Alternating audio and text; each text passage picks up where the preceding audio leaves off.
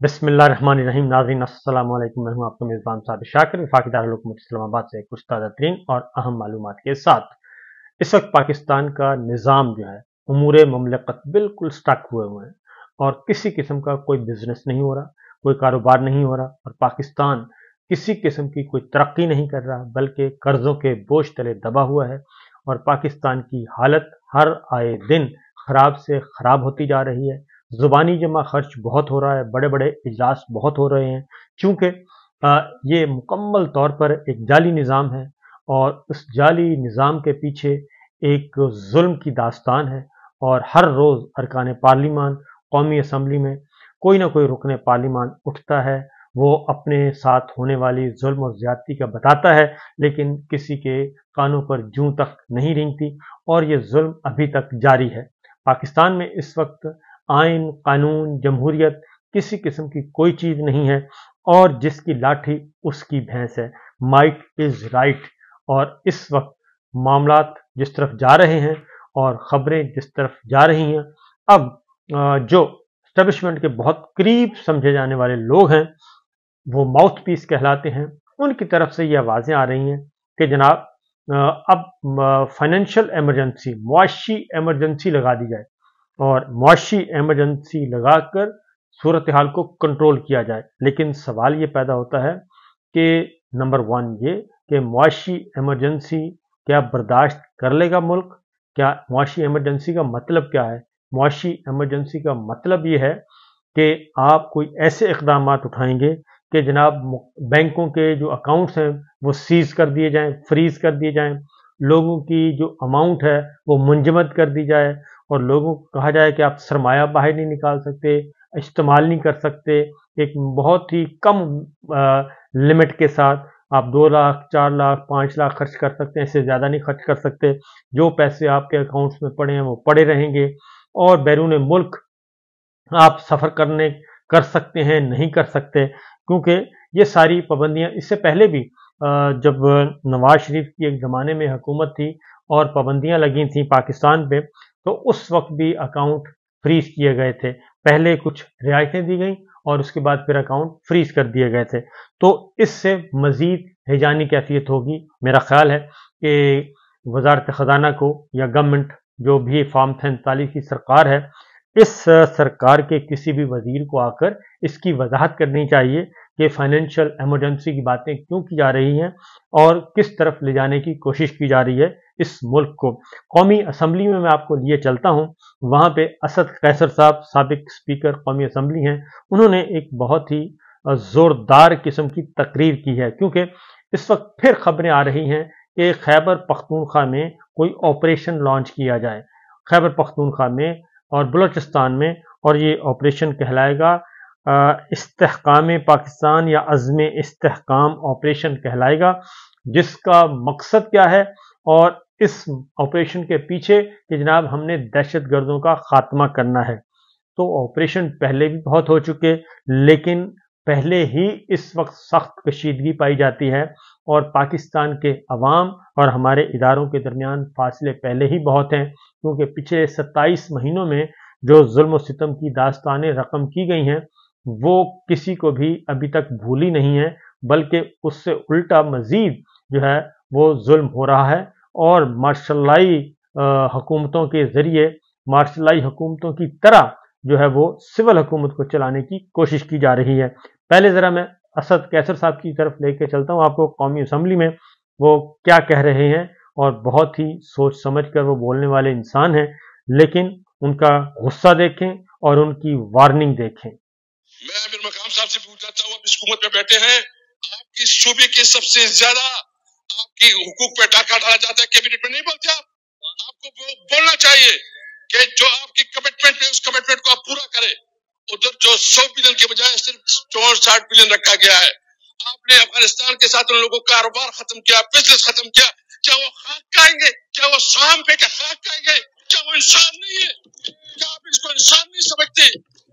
मुझे पता है जो अफगानिस्तान को डील करते उसको समझ ही नहीं है, उसके पास वो ज़हन नहीं है।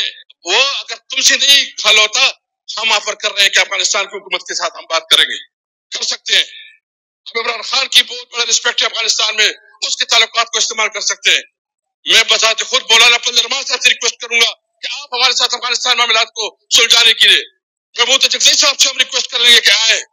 لیکن جو طریقہ آپ اڈاپٹ کر رہے ہیں اور افغانستان کے ساتھ دشمنی کا ایک نیا دور شروع کر رہے ہیں، یہ قابل مذمت ہے. کسی طور پر ہم اس کو نہیں مانتے اور ہم سمجھتے ہیں. میں سب سے پوچھتا ہوں، ہمارے قبائلی ایم یہاں بیٹھے ہیں، ہم کسی صورت پہ اپنے علاقے میں جنگ نہیں چاہتے. ہم نہیں چاہتے اپنے صوبے میں، ہم نہیں چاہتے. اور بتاتے ہیں اگر کسی نے ہمت کی اور مزید کوئی آپریشن کا بات کی اور کوئی جنگ مسلط کی تو ہم اپنے عوام کے ساتھ کھڑے ہوں گے انشاءاللہ تعالی. ہم نہیں چاہتے اس علاقے میں.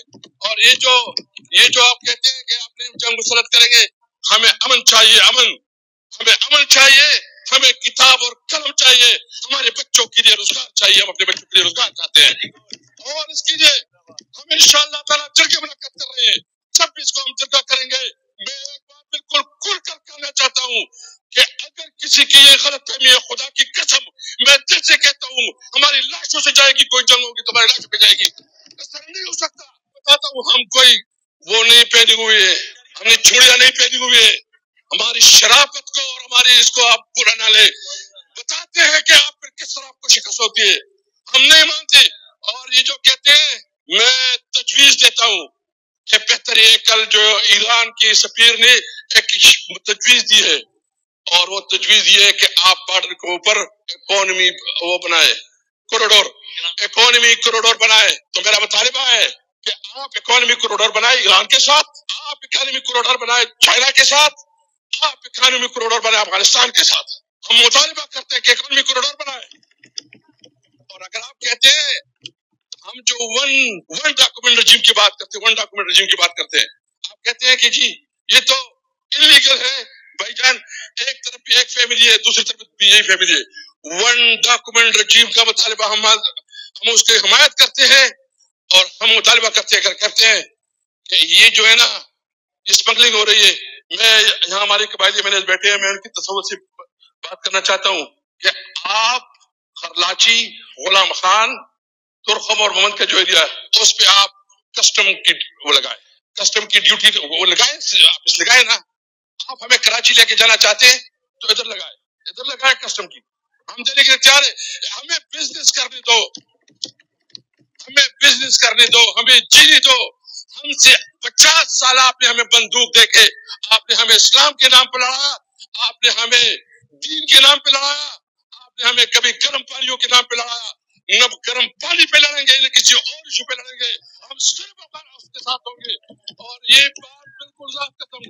ہم نے فیصلہ کیا ہے کہ کسی صورت میں ہم علاقے میں جنگ نہیں ہونے دیں گے. مجھے افسوس اس بات پہ ہے کہ مریم بی بی ٹی وی پہ اشتہارات دیتی ہے اور 2-3 لڑکے بیٹھے ہوتے ہیں اور وہ ڈرامہ بازی کرتے ہیں کہ ہمیں دیوں گا.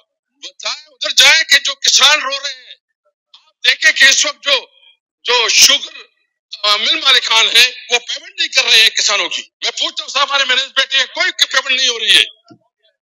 ڈرامہ بازی کر رہے ہیں اور کہہ رہے ہیں. میں تو سمجھتا ہوں کہ پنجاب اس وقت سب سے بدترین گورننس ہو رہی ہے، اس میں جو بدترین انسانی حقوق کی وائلیشن ہو رہی ہے.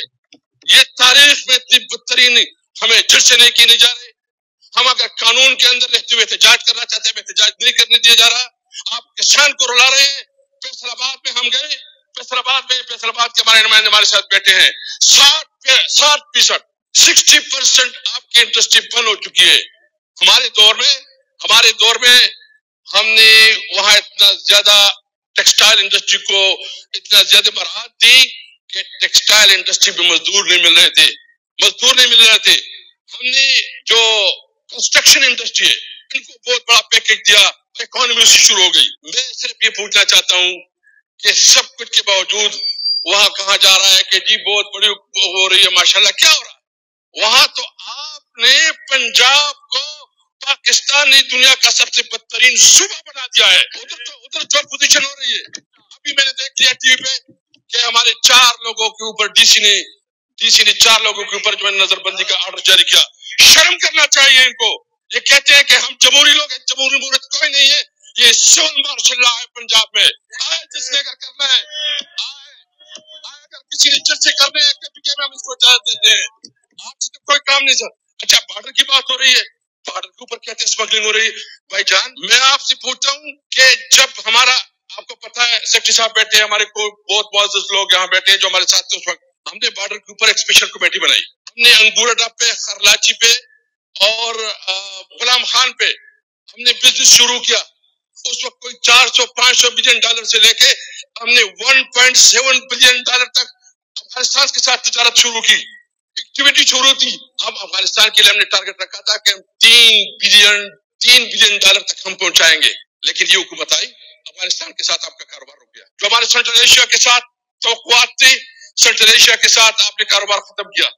आपने अफगानिस्तान, ये जो बॉर्डर पे जो लोग बैठे हुए हैं, इस वक्त पूरे बॉर्डर पे लोग एहतजाज कर रहे हैं और एहतजाज भी किया। मैंने हमें ने भी कहा तो आप तो वहां एक नया जंग शुरू करना चाहते हो, वहां तो बदमनी की बहुत सूरत हाल है और ये जानबूझ कर किया जा रहा है ताकि जवाब पैदा किया जाए और पाकिस्तान में अनकॉन्स्टिट्यूशन को एक्ट क्रिएट करा जा रहा है। मैं बताता हूँ जी, हम इस इलाके के लोग, हमें पता है जो लोग अफगानिस्तान को डील करते हैं, जो लोग पाटा को डील करते हैं, और पाटा का क्या हुआ जो आपकी कमिटमेंट थी, आपने एनएफसी अवार्ड में 3% नहीं दिया। आपने मर्जर के लिए जो आपकी कमिटमेंट थी कि ये पार्लियामेंट ने कमिटमेंट की थी, पार्लियामेंट ने कि हम 10,000 बिलियन देंगे, हर साल 100 बिलियन दी जाएगी, 110 अरब, अभी तक 103 अरब मिले, 103, और अभी बजट में सिर्फ 64 अरब रखे हैं, 64 अरब। मैं तजवीज देता हूँ कि बेहतर ये, कल जो ईरान की सफीर ने एक तजवीज दी है और वो तजवीज ये है कि आप बॉर्डर के ऊपर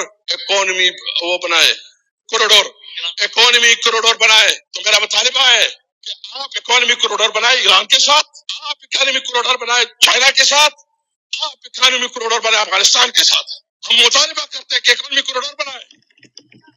और अगर आप कहते हैं हम जो वन डॉक्यूमेंट रजीम की बात करते, ये हैं असद कैसर साहब और उन्होंने कल ये तकरीर की है क्योंकि इस वक्त एक और फौजी ऑपरेशन की बात की जा रही है और वो भी खैबर पख्तूनख्वा में और दहशतगर्दी के खिलाफ, तो लिहाजा वहाँ पे हालात काफ़ी ख़राब हो सकते हैं।